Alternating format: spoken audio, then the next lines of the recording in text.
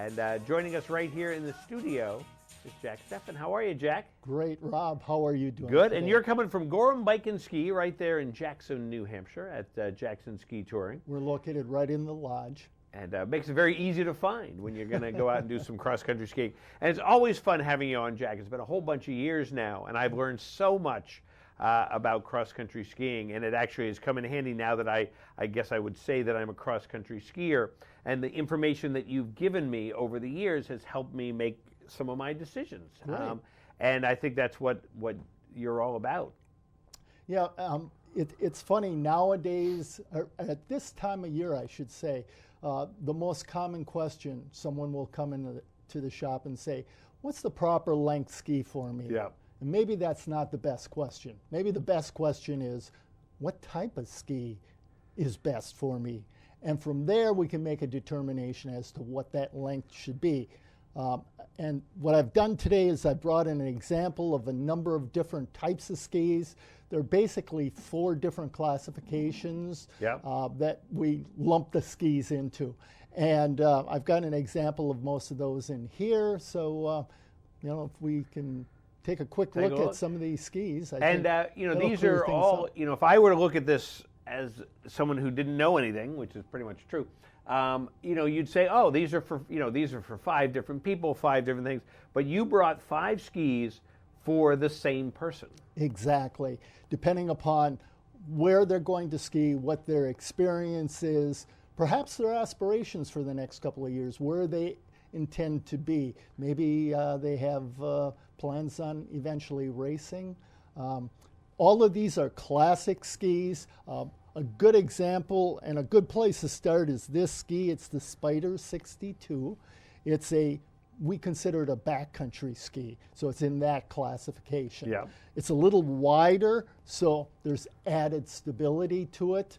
On the back, or the bottom of the ski, you can see it's got a long kick zone.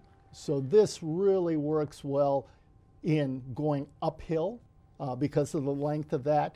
It has a more gradual cut to it. It's really meant for being in loose snow. It releases that snow. You're not going to get buildup on this. But it does fit in the tracks. So if you want to ski where maybe you're going out your back door, heading over to some snow machine trail, or breaking your own trail, this works out really well. It also has metal edges. So if you're going downhill, you can tell that it's really going to arrest your speed. You can make some turns. It's going to be easier to control that downhill. So in a lot of ways, it sounds like the ideal ski. Climbs well, descends well, extra stability.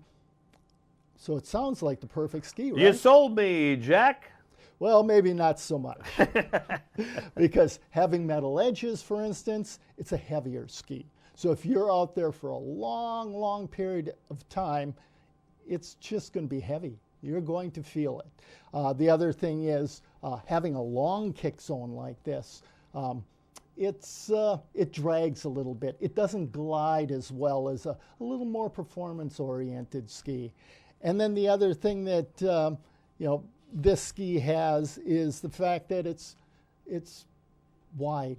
It fills that track. If you're going to be in track, you have to be aware of if there's a short turn, for instance, or a sharp turn, this will break out tip and tail. So you have to modify your skiing a little bit. You have to get out of the track on those sharp turns, make the turn, get on that platform, and then get back into the track after you've completed that turn. So it does some things really well, some things not so well. Yeah. So from there, we go to our touring skis. And touring skis have a little bit more performance. I've got 2 examples of that. This is kind of our entry-level ski, $200, and it includes the binding, which is super deal. It's a little wider underfoot, a little longer ski. A longer ski usually glides a little bit better. So it performs really well. The construction is a little lower end, so it's a little heavier ski. Yeah. It does have good stability underfoot. This one, the Orbiter, over the years has been one of our most popular skis. It's called a compact ski. It's meant to ski a lot shorter. And it's got a lot of performance built into a small package. Both of these have what's called a scaled bottom. Yep. So the kick zone is scaled. This is meant for in-track skiing. So this one is even narrower. They both glide extremely well. This one has a little bit better construction. So coupled with its shorter length, it's just a little bit lighter weight. And lighter weight usually means a little bit better performance. Right, right. It's amazing how light it is. So a lot of people talk about waxless skis, and really that's what they're talking about with these skis. You don't have to put a kick wax into the kick zone. Something like this would be a normal kick wax, Yeah. where you crayon it on and then you buff it out with a cork. So this replaces it with the scales. You still need to put in a glide wax on the front and back to protect that ski and get yourself a little bit better glide. From there, we go into the latest and greatest, and this is my favorite. It's called the skin skis. New at Gorham Bike Ski this year, we brought in some Atomic because they were the first ones to come in with their skin skis. You can see there's a mohair patch in here. So instead of the scales, they have the mohair. In most conditions, this climbs a little bit better. You get a little bit better kick going uphill, and it's quieter. Sometimes you hear those scales going downhill. Yeah. This you won't. And Atomic in 2011 introduced this. Every manufacturer has their own version of it now. It works out extremely well. Atomic has really had a long time now to really perfect those skins. The Fisher version of it is called a twin skin.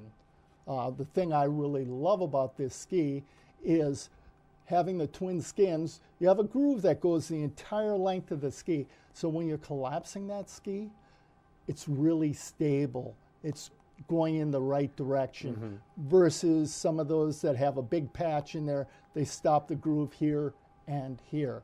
So it's a stable ski. Both of them glide and kick extremely well. Being a little bit longer, both of those skis really give you a little bit more glide, so you're a little more efficient. With each kick, you're going a little bit further. Right. And then we get into the final classification, your favorite and the one that you would be on, the race ski. And this one, construction is super light. This one has a pre-waxed base. You can see it's a little opaque-ish on the top and on the bottom. This is their best base. They want to protect it. So at the factory, they put on a coat of wax. But you can see here and here, they've left it bare. Right. And that's where you go to the kick wax, and you put in the appropriate wax. So this one takes a little bit longer to prepare, but it works extremely well if you get the right wax. Right, and that's very important. That's one of the things that, of course, you can teach people about. I mean, I've got the F4. Yes. The basic wax, for my basic skis, which is fine for me. Yep. And I think that's one of the things that probably some people are a little bit daunted by. They're like, wow, I can't get into the waxing. But you've explained that in the past. It's actually very easy. It's not something that's going to take you 4 hours to wax your skis. And the results are amazing for what you do. They really are. They really do pay off. One of the side notes is on Saturday mornings at 10 o'clock, we have a free waxing clinic. So anybody that wants to stop in and learn the latest and greatest, how to prepare their skis, how to protect their skis, I invite everybody to stop in and visit us 10 o'clock on Saturday mornings. Well, that sounds great. And like you have here, this is a couple of things you brought along, and I love this. It's the thermometer, the ski wax thermometer. It's pretty traditional. So not only does it tell you what the temperature is, it also tells you which wax you want to use for the day. Absolutely. And the variety of waxes, you have waxes that are very specific for temperatures. Then you have waxes that have a broader range of temperatures, and ones that are, the different things. So you can customize it to how you want to ski. Just like these skis here, the wax is the same way. Customize it for you. And we can make recommendations for people. Say you have a mate that you're skiing with, and one is faster than the other. What we've done in the past is offered a fluorinated wax, which is a little more tenacious, you get a little bit more glide on it. It's a little higher performance wax on maybe the slower skier, and the other one we'd go with a basic CH wax. So ultimately, you're skiing together. Yeah, I think that's so funny that you can do that. But so again, it's the knowledge, and then you brought some hats, because you definitely want a good hat that.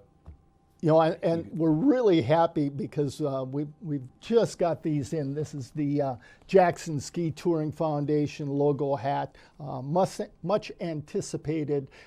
Like I said, within the last week we have these in. They come in a number of different colors, as well as the ski straps with the Jackson logo on it. And what a great thing to do, so that, sure, they're lightweight, they're not going to fall apart, but just a nice way to hold your skis together. Easier to transfer the skis, and it does protect the skis too, because if you're using a rubber band or something like that, they can rub against each other, and you'll see some scraping 2 places on the ski, on the front and the back. Right, and that kind of chatter, and Yeah. And I'm sure you see it all the time. That people take their skis out of their car nicely, and then they separate, and now they're going in 2 different directions. So. Yeah, exactly. So I mean, and this is such a simple thing. Good stocking but stuffer. A great stocking stuffer, great thing to get you out there going. Have you been out yet this year, Jack? Not yet. Not yet, but soon. Within the next day or so, I anticipate being out there, yes. Now, so if somebody comes to see you, can they try out different skis?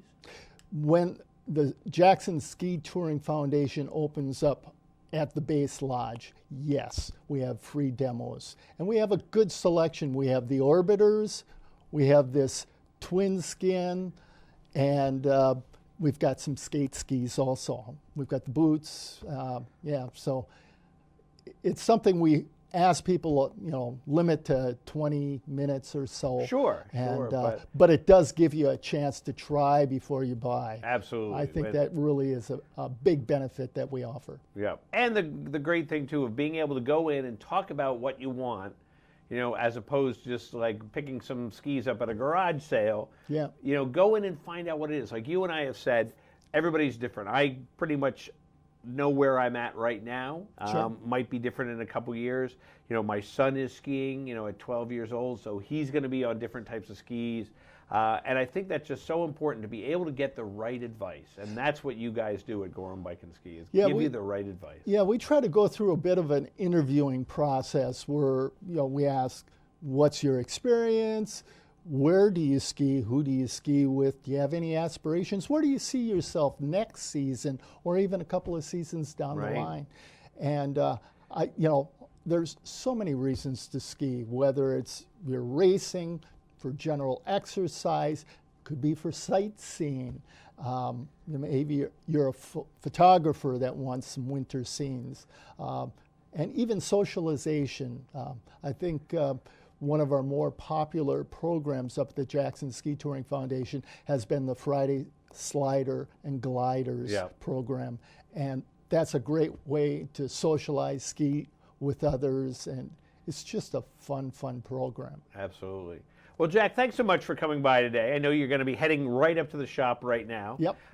And Gorham Bike and Ski, located right there at the Jackson Ski Touring building. Right in the same lodge. Right there on the Jackson Loop. Yep. And go in and ask some questions. I mean, like I said, Jack, I really appreciate it. Over the years, I've learned so much about cross-country skiing. And knowledge is fun. Yeah. Because it makes it so this makes sense to me. Now I know I can have more fun when I'm out doing it, with that information. So I thank you for that. And that's what you and your staff are all about. Thank you very much. I appreciate that. And I'm sure we're going to see you again this year. I'm holding you to that. And back here in a minute on White Mountains Today.